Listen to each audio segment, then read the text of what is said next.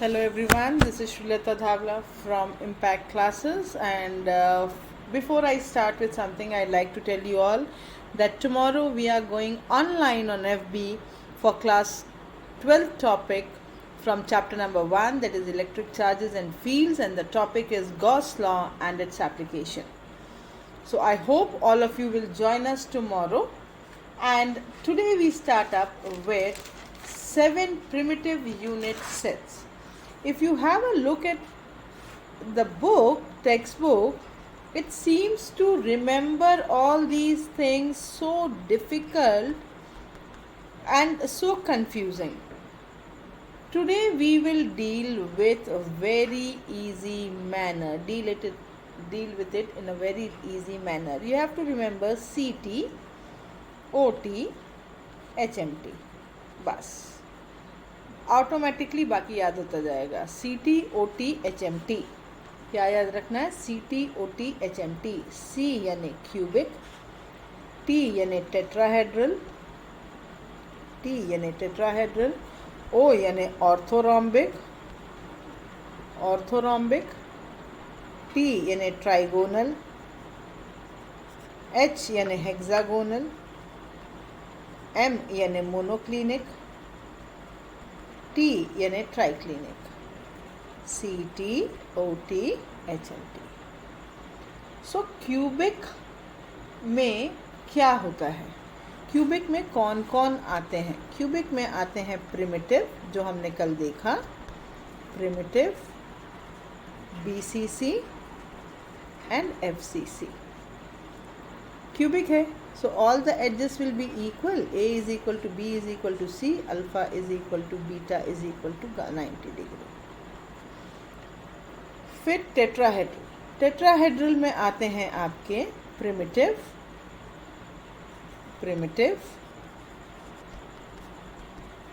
And BCC.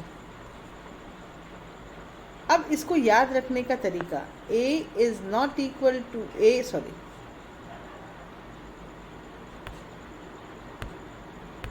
A is equal to B is not equal to C, alpha is equal to beta is equal to gamma is equal to 90 degree. फिर आता है orthorhombic. Orthorhombic में क्या क्या possible है? Orthorhombic में primitive, BCC, FCC and and centre.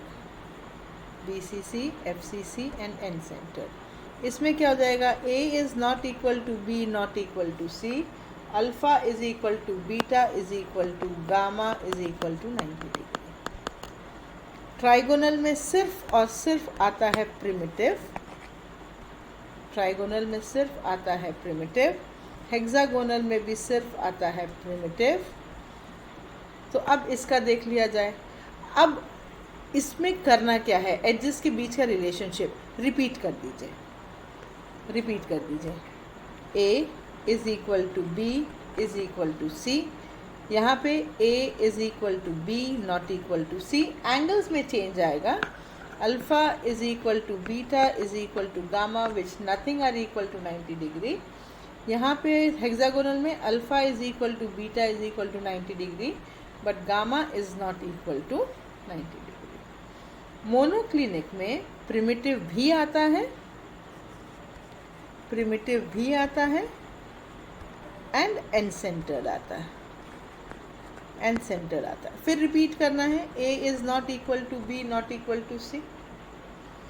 अब यहाँ पे alpha is equal to gamma is equal to 90 degree, but beta is not equal to 90 degree.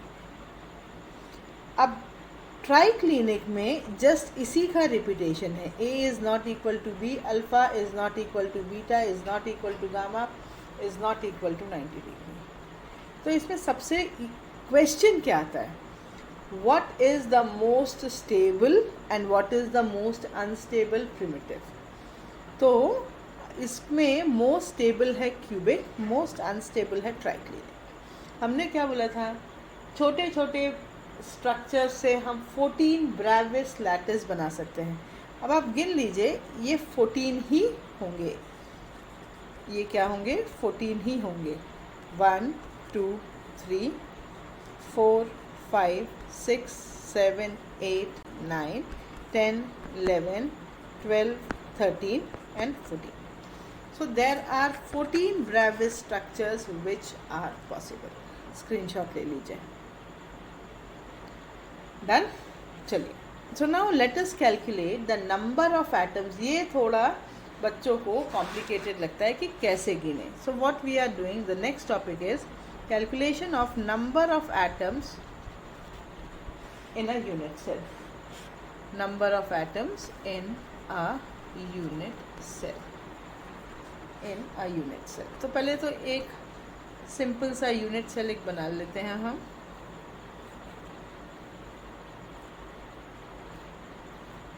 इसके हर कॉर्नर पे पार्टिकल है. 1, 2, 3, 4, 5, 6, 7, 8. सो टोटल नंबर ऑफ एटम्स सिर्फ कहाँ पर है? कॉर्नर पे. टोटल नंबर ऑफ एटम्स कहाँ पर? In corners.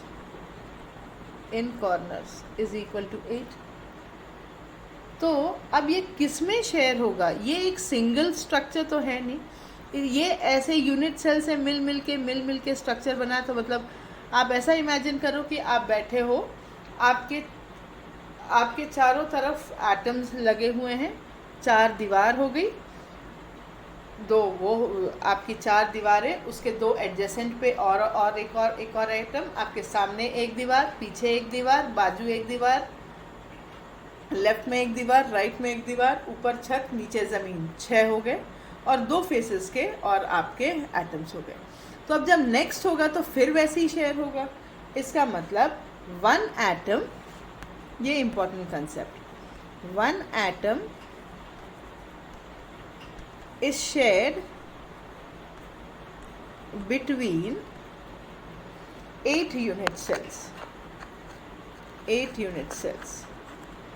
So इसका मतलब therefore each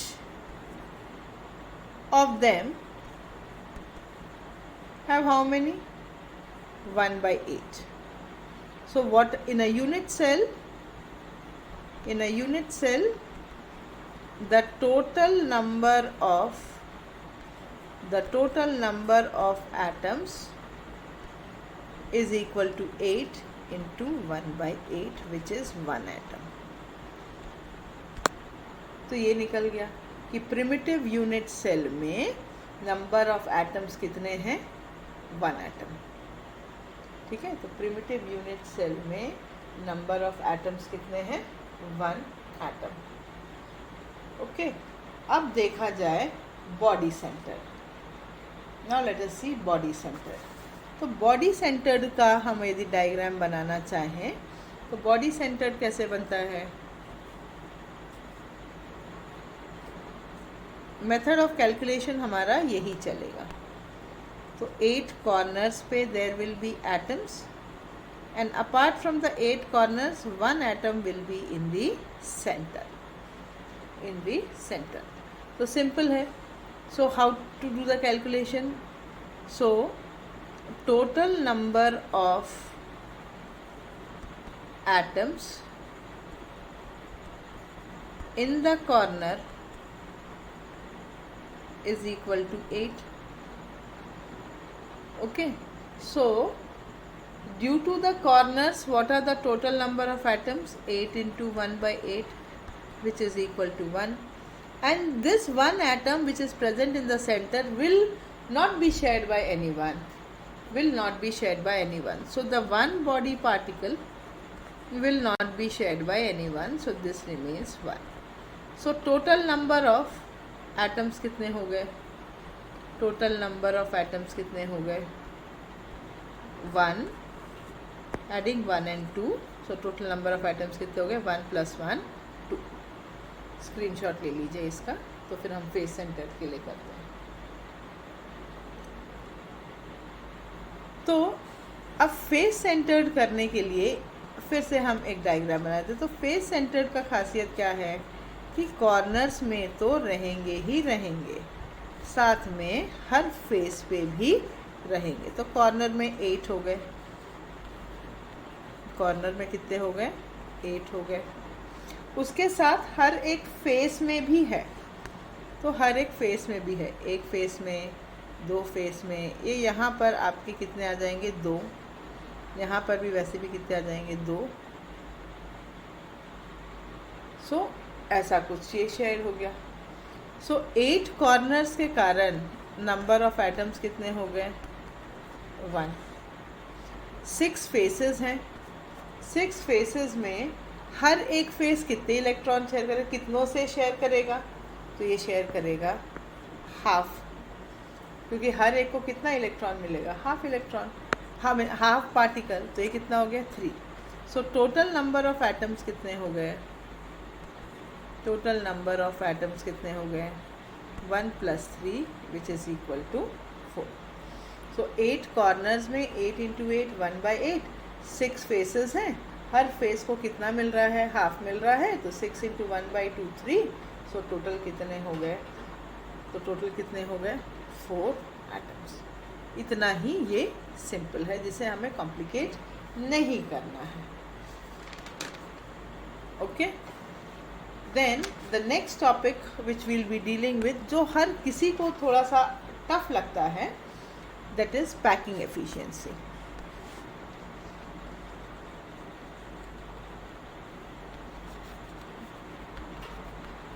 पैकिंग एफिशिएंसी, तो ये पैकिंग एफिशिएंसी है क्या? इट इज़ द परसेंटेज, क्या है? It is the percentage of the total space filled by particle. Percentage of total space filled by particles. क्या मतलब है इसका? मान लो ये एक आपको मैंने शेल्फ दे दिया, इसमें मैंने बोला कि आप इसमें बॉल्स रख दीजिए, तो 1 2 3 4 1 2 3 4 1 2 3 4 आपने ऐसे रख दिया, पर अभी भी तो इसमें खाली जगह है ना, खाली जगह बचा हुआ है, खाली जगह बचा हुआ है। तो यही होता है कि कितना परसेंटेज आपके टोटल फेस का फिल किया। तो पैकिंग एफिशिएंसी का डेफिनेशन समझने के बाद so we will see कि which topics we have to study. The one topic which we have to study is HCP, that is hexagonal closed packing. Hexagonal closed packing. The other one is CCP. CCP, cubic closed packing. Cubic closed packing.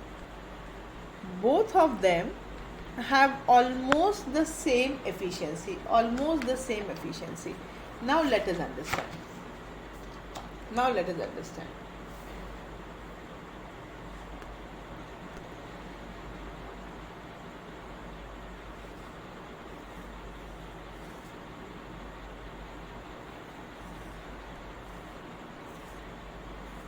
कि इसका packing efficiency कैसा है।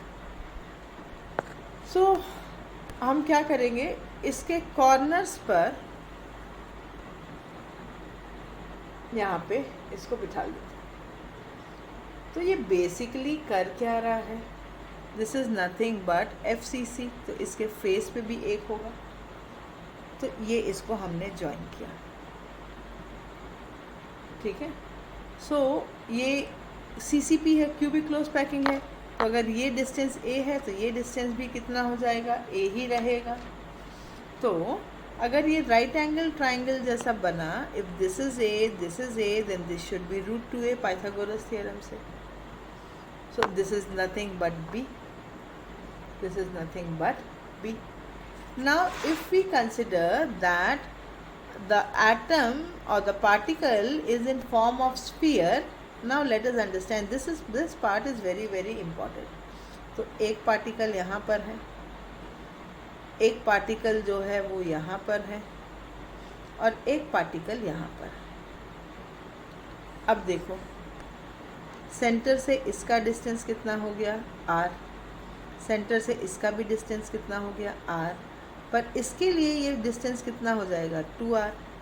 सो total length b का value कितना आ गया, b का value आ गया 4r which is equal to what 2r plus r which is equal to what 4r which is equal to what 4r।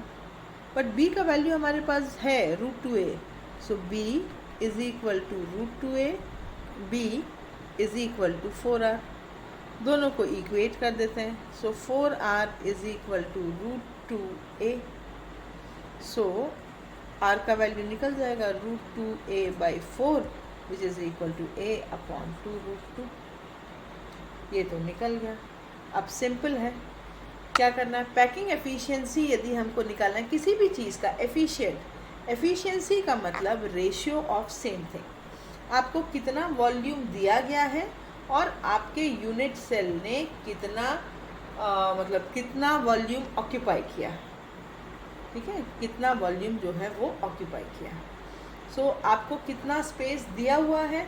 सो हमको क्या पता है कि अगर ये FCC स्ट्रक्चर है तो इसमें टोटल नंबर ऑफ एटम्स होने चाहिए 4। सो इन FCC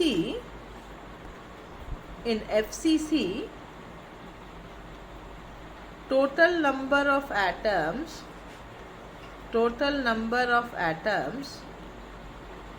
is equal to 4. Total number of atoms is equal to 4. So अगर स्फीयर है तो उसका वॉल्यूम कितना होना चाहिए 4/3 πr³। सो 4 स्फीयर हो गए तो कितना हो गया 4 × 4/3 πr³। अब यूनिट सेल का वॉल्यूम कितना है, volume of unit cell, volume of unit cell कितना हो जाएगा a³ and what is a is equal to 2√2r का होल क्यूब, 2√2r का whole cube. Now you have to calculate what the packing efficiency, you have to calculate what packing efficiency.